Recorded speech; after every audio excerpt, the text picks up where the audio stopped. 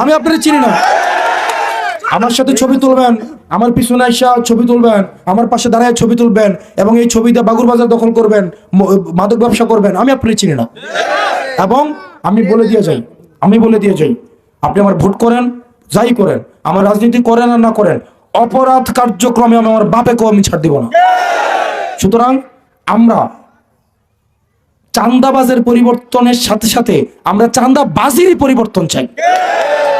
বাগুরবাজার CNG স্টেশনের যারা আছে, আপনারা যারা সিএনজি চালান, আপনারা যারা দোকানগুলোতে খান, এটা কর্ম করে খান, আপনার পরিবারটা চালান না, নিয়ম শৃঙ্খলার মধ্যে এটা চলবে, পরিবারের টাকা যাবে, এইখানে কোনো রাজনীতিবিদদের পকেটে টাকা যাবে না। প্রশাসন যেই টাকা স্টেশন থেকে বৈধভাবে পায়, এটা প্রশাসনের সাথে আপনার সম্পর্ক, আমাদের সাথে কোনো সম্পর্ক নেই। বোঝা গেছে? আপনি যদি এই ধান্দা এখানে ঘুরেন, ভাই স্পষ্ট কথা, আমি রাজনীতি করে আমার সম্মান নষ্ট করবো না। আমি কি আপনার কাছে সারা দেবিদ্বারের মানুষ, আল্লাহ সাক্ষী, একটা ব্যক্তি এখানে এসে বলতে পারবে না তার কাছে কোনোদিন 100 টাকা নিছি। এই যে নির্বাচন হইতেছে, কেউ বলতে পারবেন যে কারো কাছে 100 টাকা আমি চাইছি? কারো ফোন দিয়ে বলছে যে 5 লাখ টাকা নিয়ে আসো, অন্যরা বলছে যে 5 লাখ, 5L বলে নাই, 5 লাখ করতে গিয়ে নিজে হ্যাক হয়ে গেছে। আমাদের প্রয়োজন নাই ভাই, আল্লাহ আমাদের রিজিকের উত্তম ব্যবস্থা করে রাখছে, হালাল ইনকাম করে চলি, বিলাসী জীবনযাপন করি না, যা আছে তা দিয়ে ভাত খাবো। বাপরা বিষয় খুবই স্পষ্ট করে বলে দিয়েছে, আমরা একদল গেছে আরেক দল আসছে। আবার আপনারা এটা ভাবেন না বাগুরবাজার এতদিন যারা চাঁদাবাজি করার চেষ্টা করছে তারা করতে পারবে না, কিন্তু আমরা করব, এটা কিন্তু ভাবেন না। আপনি যদি মনে করেন আমার রাজনীতি করবেন, আমার ভোট করতেছেন বলে বাগুরবাজারটা এতদিন একতারা খাইছে, এখন আপনি খাইবেন, তাহলে আপনি কিন্তু ভুল করতেছেন, কোন আপনারও ছাড় পাবেন না। এই ধান্দা বাদ দিতে হবে, নাম্বার 1। নাম্বার 2, রাজনীতি কোনো সময় পেশা না, আমার ভোট করে আমার পাশে ঘুরে কদিন পরে বাগুরবাজার দখল করতে যাবেন আমার নাম দিয়া, আমি আপনাদের চিনি না। দোয়া করে পীরের মুরিদ হয়ে 2000 টাকা দিয়ে মৌলবীর কাছ থেকে দোয়া নিয়ে জান্নাতে যাওয়া যাবে, জাহান্নাম বন্ধ করা যাবে না। জাহান্নাম বন্ধ করতে গেলে লাগবে নামাজ। ওরে বাবা, আমরা 12 তারিখে নামাজ পড়বো কেন? আমরা সবসময় নামাজ পড়বো। আমরা টুপি কি শুধু 12 তারিখে পড়বো? সবসময় টুপি পড়বো। কথা বলেন। আমরা কি তাহাজ্জুদ শুধু এই কয়দিন পড়বো? সবসময় পড়বো ইনশাআল্লাহ।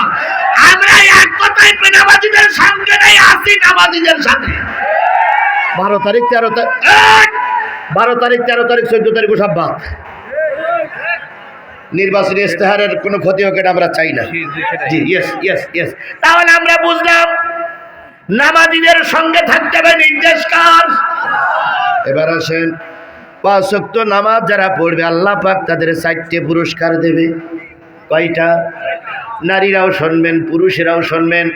1 নম্বর পুরস্কার যারা নামাজ পড়বে তারা জাহান্নামে যাবে না। 2 নম্বর পুরস্কার যারা নামাজ পড়বে তারা 8টা জান্নাতের মালিক হবে। কয়টা? 8টা। 3 নম্বর যারা 5 ওয়াক্ত নামাজ ঠিক মতন আদায় করবে তাদের কবরে আযাব হবে না। 4 নম্বর যারা 5 ওয়াক্ত সালাত ঠিক মতন আদায় করবে মরার সময় ঈমান নিয়ে মরবে। এই ওয়াজটা কি শুধু জামাতের ওয়াজ? এই ওয়াজটা শুধু আমলিগির বিপক্ষের ওয়াজ? এই ওয়াজটা কি ওই চরমনার হুজুরির ওয়াজ? এই ওয়াজের ভিতরে আপনিও ধরা পড়বেন, কারণ আপনি মুসলমানের সন্তান। নিশ্চয়ই আপনার বাবা মার বিয়ে কোনো মৌলবীতে পড়াইছে, নিশ্চয়ই আপনার জন্মের পরে কানে আযান হয়েছে। সুতরাং আপনি নামাজীদের পক্ষে, বেনামাজির পক্ষে নয়। আমি হাত তুলতে বললাম নামাজীদের পক্ষে কারা কারা আছেন, তাই না ভাই? তাই বলেছি তো। আপনি যদি হাত না উঠাই থাকেন তাহলে বুঝবো আপনার জন্মের পরে কানে আযান হয়নি। কারণ আমি তো বলেছি নামাজীদের পক্ষে কারা। এখানে তো কোনো দলদারির কথা বলা হয়নি। হয়েছে দলদারির পক্ষে কথা বলা হয়েছে? আপনি নামাজীদের পক্ষে, আপনার হাত কেন ওঠে না কেন? আপনি না মুসলমান? আপনি কি হিন্দু না খ্রিস্টান? তো মুসলমান নামাজের পক্ষে আমি হাত তুলবো, তো সমস্যা কি? আজকে না পড়লে আগামীতে পড়বো, নিয়ত করতে পারি না ভাই, নিয়ত করতে পারি না। তাহলে যারা নামাজ পড়বে তাদের কয়টা পুরস্কার আল্লাহ দিবেন? এক নম্বর তারা দোজকে, 2 নম্বর তারা কয়টা জান্নাতের মালিক, 3 নম্বর তাদের কবরে আযাব, 4 নম্বর তারা ঈমান নিয়ে মরবে। আয় ছেলেরা আমার দিক খেয়াল করে, ছেলে তোমাদের ওয়াজি হবে। আসতেছে কয় শ্রেণীর মানুষ দাঁড়াই আছে, তার ভিতরে প্রথম একটু বুড়োদের বলে নেই, তারপর তোমাদের আসতেছে, মুরব্বীদের আগে বলে নেই, তারপর যুবকদের আসতেছে ইনশাল্লাহ। কোনোটা বাদ যাবে না, হুজুররাও বাদ যাবে না, জিহাদিও ধরা পড়বে আজকে। জিহাদিরও আজকে ঠিক মতন কসম দিয়েই ছাড়বো। জিহাদির আজকে তওবা পড়েই ছেড়ে দেবে এখান থেকে। জিহাদিরও আসতেছে, সব কয়জন ধরা পড়বে, কেউ বাদ যাবে না। তাহলে নামাজিরা কয়টা পুরস্কার পাবেন? সাহাবী আজমাইনগণ বলেন, ইয়া রাসূলুল্লাহ, একটু যদি ব্যাখ্যা করে বুঝাই দিতেন তাহলে আমাদের বুঝতে সুবিধা হতো। নবী বললেন, সাহাবীরা বলো তো 5 ওয়াক্ত নামাজের ভিতরে ফরজ নামাজ কয় রাকাত? 17 রাকাত। এবার বলুন তো, একটা ওয়াক্ত নামাজ পড়ে আমরা এখানে মাহফিল শুনতে বসেছি, সেই ওয়াক্তটার নাম কি? এশার ফরজ নামাজ কয় রাকাত? আর বেলা ডোবার পরে একটা নামাজ পড়েছিলাম, সেই নামাজটার নাম কি? মাগরিবের ফরজ নামাজ কয় রাকাত? 4 আর 3 7 রাকাত নামাজ।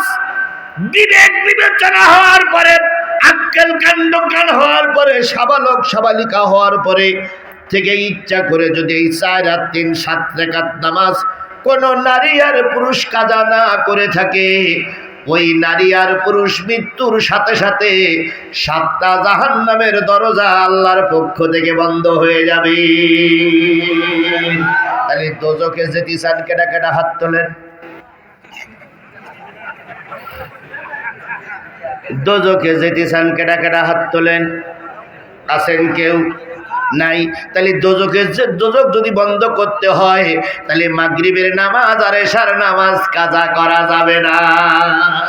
ওরে কি লাগবে? ইন্নাস সালাতা তানহা আনিল ফাহশাই ওয়াল মুনকার। নিশ্চয়ই নামাজ সকল প্রকার অশ্লীল অনাচার খারাপ কাজ থেকে তোমাকে বিরত রাখে। এই অশ্লীল অনাচার খারাপ কাজের ভিতরে জাহান্নাম, ওই জাহান্নাম থেকে বিরত থাকতে গেলে নামাজের দরকার। এবার জান্নাতে যেতে চান কারা কারা? হাত তোলেন তো। জান্নাতে যেতে চান কারা কারা? মাশাআল্লাহ। আরে ভাই, জান্নাতে যাবেন নিয়তটা তো করা যায়। হাত নামান।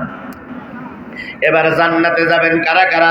আর নিশ্চয়ই আমরা সবাই ভেস্তে যেতে চাই, কথা বলেন। এবার বলুন তো, জোহরের ফরজ নামাজ কয় রাকাত? আসরের ফরজ নামাজ কয় রাকাত? এই 4 আর এই 4 8 রাকাত নামাজ এতদিন কাজা করেছেন, এতদিন পড়েন নাই, এতদিন পড়েন নাই। ইচ্ছা করে হোক আর অনিচ্ছা করে হোক, ভুলই হোক আর সংশোধনী হোক, আপনি পড়েন নাই। আজকের থেকে আমি কোরআন শরীফ শপথ করে বলতেছি, 2 হাত কোরআন থেকে বলতেছি, আজকের থেকে যদি নিয়ত করে আগামীকাল থেকে জোহর নামাজ আর আসরের নামাজ ঠিক মতন আদায় করেন মৃত্যুর আগ পর্যন্ত, হাদিস শরীফের ভাষা অনুসারে আমি আজিজুল ইসলাম বলে গেলাম, 8টা জান্নাতের দরজা আপনার জন্য খোলা।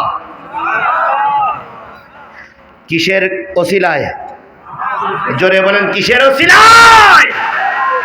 তাহলে আপনারা জান্নাতে যেতে চাইলে জোহরের নামাজ আর আসরের নামাজ কাজা করতে পারবেন না। এটাকে শুধু পুরুষের জন্য না নারীর জন্য? সকলের জন্য নামাজ বাধ্যতামূলক। তাইলে আমরা জাহান্নামের দরজা বন্ধ করতে গেলে মাগরিবের নামাজ আর এশার নামাজ ছেড়ে দেব না, আর জান্নাতের দরজা খুলতে গেলে জোহরের নামাজ আর আসরের নামাজ কন্টিনিউ আদায় করব ইনশাআল্লাহ। এইবার একটা ওয়াক্ত নামাজ বাকি আছে, সেই ওয়াক্তটার নাম কি? আরো জোরে। ফজরের ফরজ নামাজ কয় রাকাত? নবী আমার বলেন, এই 2 রাকাত নামাজ যে যারা আদায় করবে, নারী হোক আর পুরুষ হোক, ওদের কবরে আযাব হবে না। ওরা যখন মৃত্যুবরণ করবে, আল্লাহ ওদেরকে ঈমান নিয়ে মৃত্যু দেবে। তাহলে ঈমান নিয়ে কি আপনারা মরতে চান? যারা মহিলারা আছেন, মা বোনেরা আছেন, আপনারাও কি ঈমান নিয়ে মরতে চান? তাহলে আজকের থেকে নিয়ত করব আমরা ফজরের নামাজ কাজা। এবার আসুন 2 নম্বরে, কবরের আযাব মাফ হোক, এটা আপনারা চান কি চান না? তাহলে কবরের আযাব যদি মাফ পাইতে চান, ফজরের নামাজ পড়া লাগবে। কবরের আযাব ফজরের নামাজের কারণে মাফ, ঈমান নিয়ে মরা ফজরের নামাজের কারণে, জাহান্নাম মাফ মাগরিব আর এশার নামাজের কারণে, জান্নাত অজীব জোহর আর আসরের নামাজের কারণে, তাহলে আজকের থেকে নিয়ত করব ভাই 5 ওয়াক্ত নামাজ আমরা কাজা করব না। 5 ওয়াক্ত নামাজ আগামী থেকে কালকের থেকে পড়বো ইনশাআল্লাহ, নিয়ত আছে না ভাই? তাহলে জাহান্নাম, সাকার নামক জাহান্নামের সামনে দাঁড়িয়ে আছে কয় গ্রুপ? প্রথম গ্রুপ কারা? কথা বলেন না কেন? প্রথম গ্রুপ কারা? আরো জোরে বলেন, প্রথম গ্রুপ কারা? তাহলে বেনামাজি যদি সাকার নামক জাহান্নামে যায়, তুমি আর আমি জাহান্নাম বন্ধ করতে গেলে নামাজি হওয়া লাগবে। ক্লিয়ার?